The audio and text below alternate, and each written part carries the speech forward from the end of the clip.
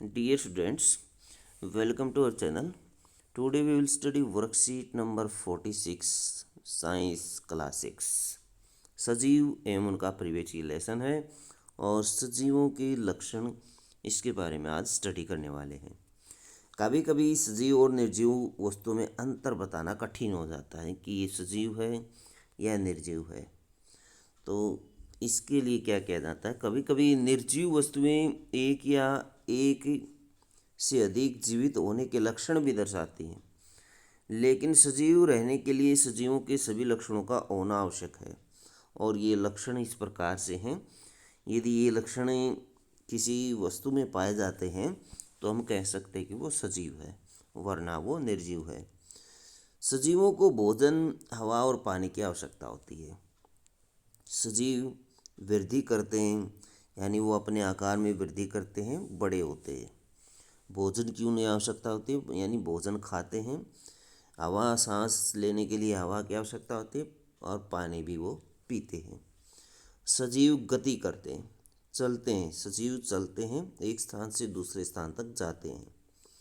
सजीव संवेदनशील होते हैं, वे अपने आसपास के परिवर्तनों के प्रति संवेदना व्यक्त करते हैं। जैसे सर्दी के प्रति अपनी संवेदना दिखाते हैं, गर्मी के प्रति दिखाते हैं, ज़्यादा गर्मी हो गई तो वो महसूस करते हैं। इसी तरह सर्दी में भी ऐसे ही अपनी संवेदना दिखाते हैं। सजीव जनन करते हैं। सजीव जनन करते हैं यानी बच्चे पैदा करते हैं। सजीव सांस लेते हैं। सांस लेते हैं और भोजन से ऊर्जा का निकास करते हैं। सजीव सांस लेते हैं, CO2 को बाहर निकालते हैं, ऑक्सीजन को अंदर ले जाते हैं। सजीव उत्सर्जन करते हैं। उत्सर्जन करते हैं जैसे मूत्र का उत्सर्जन करते हैं और अन्य पदार्थों का जो फालतू पदार्थ हैं शरीर से उनको बाहर निकालते हैं। जैसे पसीना है वो उसको भी उसका भी निष्कासन करते हैं। वे शरीर से अपशिष्ट पदार्थों को निष्कासित करते हैं। ये वे कोशिका से बने होते हैं। सजीव का शरीर कोशिकाओं का बना होता है, सेल से बना होता है। तो ये कुछ लक्षण थे जो सजीवों में पाए जाते हैं, या फिर जिस वस्तु में ये लक्षण पाए जाते हैं हम उसको सजीव कह सकते हैं। अपने आसपास पाई जाने वाली वस्तुओं की सूची बनाइए और बताइए कि वे वस्तुएं सजीव हैं या निर्जीव हैं।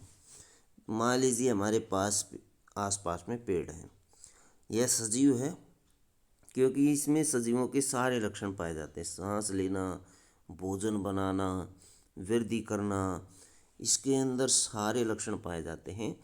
ये चलना, जैसे चलना वाले गति करना या चलना, तो ये वाली जो गति है ये भी ये दर्शाते हैं। ये दर्शाते हैं कैसे, टहनियों और पत्तों को हिला डुला करके अपनी गति को दर्शाते हैं। वैसे ये स्थान नहीं बदल सकते, लेकिन फिर भी ये गति दर्शाते हैं। जैसे हम ले लेते कार।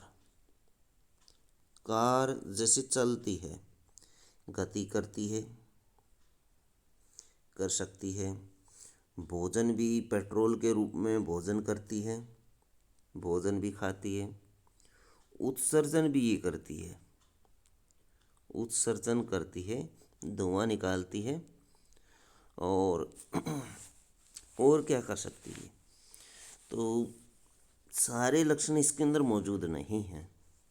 जैसे गति करना, भोजन करना, उत्सर्जन, ये तो इसमें है, लेकिन जैसे वृद्धि करना, वृद्धि का लक्षण इसमें नहीं है। वृद्धि यानी ये बड़ी नहीं हो सकती। वैसे जो कार है उसमें कई लक्षण नहीं पाए, जैसे जनन, वृद्धि करना नहीं पाया जाता, जनन भी इसमें मौजूद नहीं है। तो इस तरह के कुछ लक्षण इसमें मौजूद नहीं है, जिसके कारण हम इसको निर्जीव में रखेंगे। ये क्या है, निर्जीव है, इसको सजीव नहीं कह सकते, ये निर्जीव है, ये सजीव नहीं है। अन्य और भी वस्तुएं हमारे आसपास हैं जिसको हम ले सकते हैं। जैसे गाय है, गाय में वो सभी लक्षण मौजूद हैं जो सजीवों में पाए जाते हैं। तो वो जैसे सांस लेना, भोजन करना, ये वाले सारे लक्षण इसके अंदर मौजूद हैं, इसलिए ये क्या है, सजीव है। तो ये हो गई सजीव। तो अन्य और भी हम ले सकते हैं जो अपने आसपास ही आपको दिखाई दे, वो आप इसमें टेबल में लिख सकते हैं। तो बच्चों, ये थी आपकी साइंस की वर्कशीट। वीडियो अच्छी लगे तो लाइक करें, हमारे चैनल को सब्सक्राइब करें।